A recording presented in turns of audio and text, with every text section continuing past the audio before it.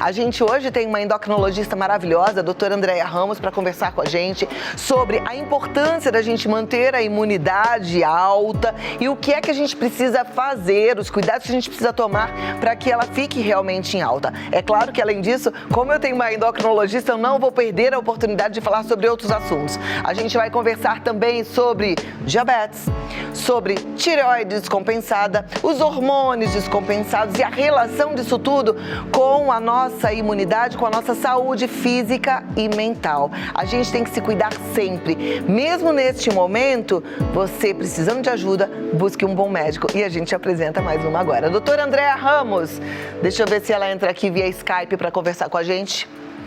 Deixa eu dar um tempinho para ver se a gente está com a conexão em ordem. Tá tudo certo? Agora eu tô vendo a doutora Andréia ali, mas não aqui, mas as pessoas em casa estão vendo. Então, perfeito. Doutora Andréia, boa tarde, um prazer falar contigo. Seja bem-vinda ao nosso Vida Melhor. Boa tarde, Cláudia, obrigada. Oi para todo mundo. É um prazer estar aqui, obrigada pelo convite. Muito obrigada, o prazer é nosso. Eu já dei uma adiantadinha, hoje eu penso que a gente precisa entender mesmo que o nosso corpo é um todo, não dá pra gente separar a emoção, a saúde mental da saúde física, né? E de que forma a endocrinologia vê essa junção? O estresse, ele pode ser um agravante para baixo da nossa imunidade?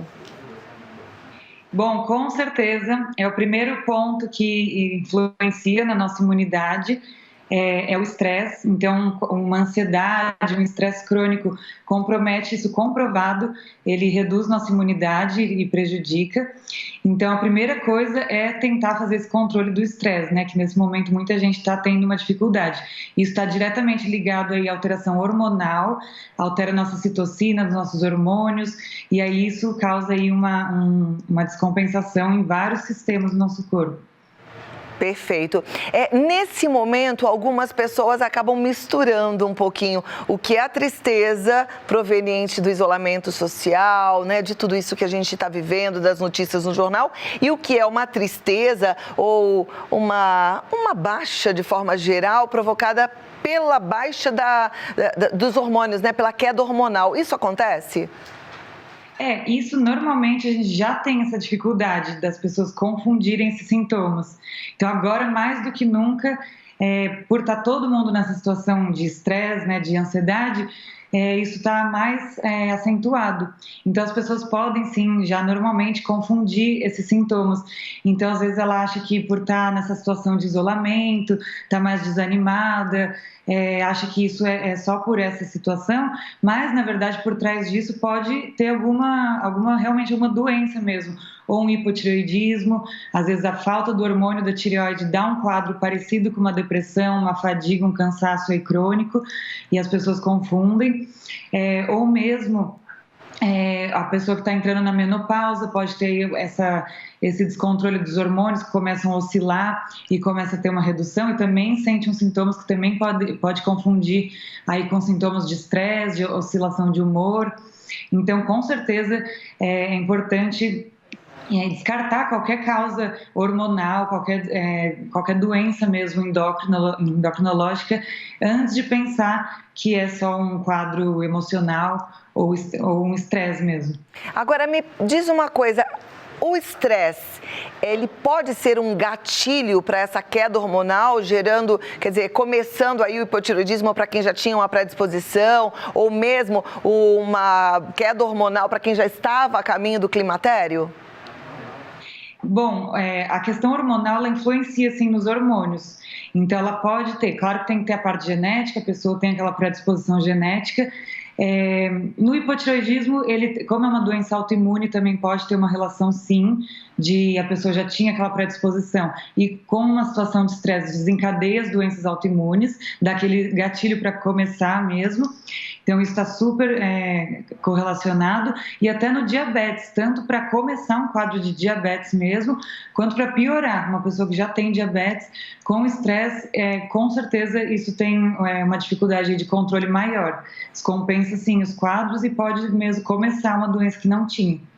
Bom, ainda bem que a gente tem conversado aí ao longo de muitos anos sobre o controle do estresse, a gestão do estresse, mas nesse momento muita gente foi pega de sobressalto com esse bombardeamento de notícias, né, e do que a gente está vendo realmente aí no Brasil e no mundo. Mas eu acho que a gente tem que fazer a nossa parte em relação a essa gestão do estresse quando ela é pessoal, né, praticando a meditação, fazendo o nosso tempo ali de quietude, fazendo exercícios físicos. Agora, em relação à alimentação, tem alguma coisa que a gente possa fazer para contribuir com a nossa melhora de imunidade?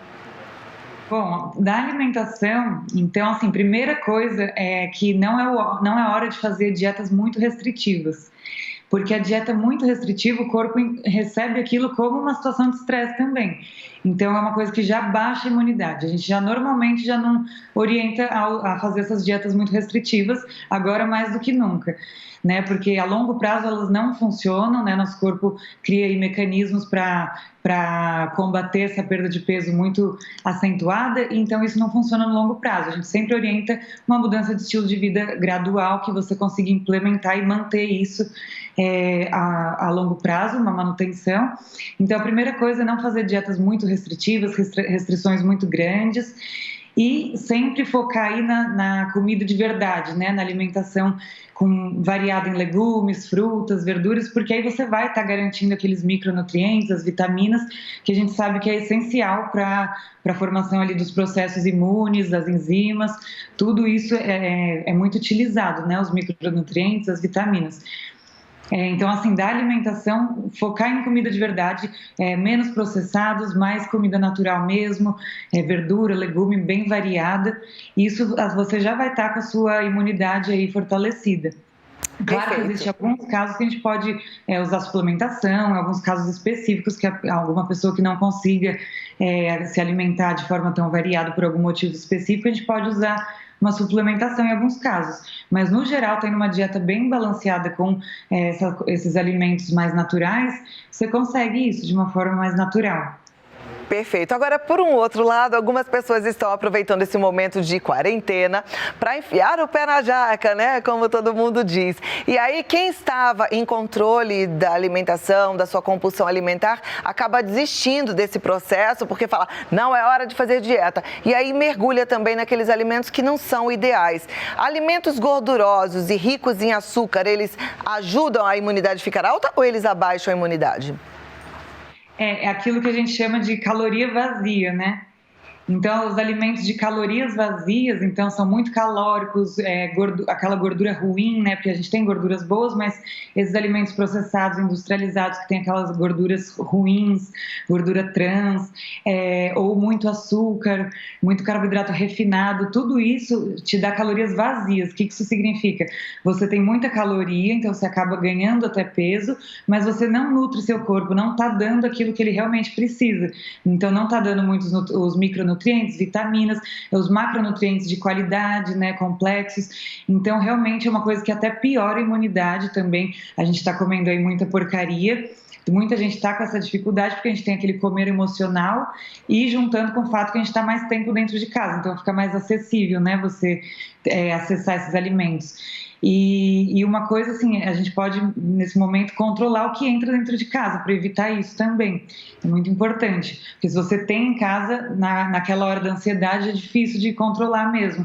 A gente sempre, no comer emocional, a gente busca esses alimentos mais palatáveis, mais gostosos, que normalmente são os mais calóricos. E ainda tem um fator aí social que a gente que não tinha tempo, então trabalhava muito, vivia muito na rua, agora está podendo brincar de casinha, né? E o brincar de casinha muitas vezes é ir para a cozinha fazer um bolinho, um docinho, uma comida mais elaborada, ao mesmo tempo mais calórica. É bom a gente tomar esse cuidado mesmo, né, doutora?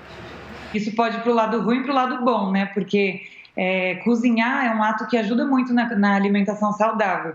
A gente incentiva muito, mas a pessoa pode realmente usar esse momento para fazer uma coisa mais, um doce. Então, vamos usar isso para o lado bom, né? Fazer comidas aí, pratos saudáveis, com comida mesmo de verdade, que a gente leva o melhor dessa situação. Perfeito. Pacientes que já estavam em tratamento de diabetes, que sentem um desconforto, às vezes ficam com receio de procurar ajuda médica nesse momento. A gente ficou ouvindo as notícias que está tudo muito complicado, que tem o risco de contaminação. Ele deve ficar em casa ou ele deve continuar fazendo o seu tratamento? Como é que está essa situação agora? Bom, a gente está vendo aí na mídia, acho que já está bem claro essa relação até da obesidade com os riscos do Covid, né, de um quadro mais grave. Então, não só a obesidade, que às vezes ela é um pouco negligenciada, né, como uma doença crônica, mas as outras doenças, diabetes, que também entra como um fator de risco, doenças cardiovasculares, hipertensão, a próprio hipotireoidismo, todas essas doenças, como elas te deixam mais suscetível, você não pode, de jeito nenhum, nesse momento, abandonar o seu tratamento. Claro que a gente está orientando, sim, você evitar um ambiente de pronto-socorro, para não se expor tanto, mas o que você pode fazer para não abandonar esse tratamento, não deixar de se tratar, que é importante também. Muitos médicos estão já atuando com a telemedicina, né? Acho que é uma realidade que o CFM autorizou agora por conta da pandemia, então já está autorizado. Então procure saber se você já fazia algum tratamento, procure saber do seu médico, provavelmente ele vai ter alguma solução para manter esse acompanhamento, ou por telemedicina, ou envio de receita. Então tenta procurar saber como é que ele está fazendo nessa situação, porque é muito importante você continuar, sim, o seu tratamento, não abandonar de jeito nenhum. Perfeito. Muito obrigada mais uma vez por estar aqui com a gente, viu? A primeira pergunta diz assim: boa tarde, Cláudia. Gostaria de saber o seguinte: eu entrei na menopausa, a menstruação parou de vez, aí eu comecei a ter um monte de sintomas, alergia, cansaço, dores. Isso é por conta da menopausa ou porque a imunidade está baixa? Bom, provavelmente a queda hormonal da menopausa, se ela já parou de menstruar e já está nesse processo, esses sintomas são compatíveis, então pode ser sim. Mas é o que eu falei antes, os sintomas eles são muito parecidos, né? Então às vezes pode ser as duas coisas, mas que a menopausa causa esses sintomas sim. Então cansaço, alteração de humor, até insônia, uma fadiga, então pode ser sim só da menopausa. Agora, esse já seria um motivo para essa telespectadora, ela não se identifica, né? Mas procurar um atendimento médico, fazer os exames, não? Com certeza, porque a menopausa, a gente tem formas de lidar com isso, de fazer a terapia de reposição hormonal. Quando ela é bem indicada, ela tem muito benefício, não só para os sintomas, mas para o coração, para a prevenção aí dos ossos, tudo. Então, aí a gente tem um período para começar essa terapia. Então, é importante ela procurar o quanto antes mesmo, porque tem gente que procura muito tarde e aí já não tem mais muito o que fazer, quando passa muito do tempo. Perfeito, obrigada. Próxima. Boa tarde, meu nome é Matias, moro em Capim Grosso, Bahia. Gostaria de saber da doutora quais são os alimentos e os exercícios que ajudam a aumentar a imunidade. Temos alimentos específicos que aumentam a imunidade? Bom, tem alimentos que garantem nosso sistema imunológico, né? Que são os alimentos. Que garante as vitaminas. Então, vitamina A são aqueles alimentos alaranjados, né? Cenoura, manga, folhas verdes escuras. A vitamina C a gente encontra em frutas cítricas. Então, se você tem uma alimentação aí variada em legumes, verduras e frutas, você já tem aí as vitaminas. Os micronutrientes importantes, que é cobre, magnésio, zinco, selênio, você também encontra em farelos integrais, em sementes, castanhas. O sol é importante também, se você conseguir tomar um pouquinho de sol aí por dia, por causa da vitamina D, que também é importante para a imunidade. A outra coisa que ele perguntou, além da alimentação... Exercício.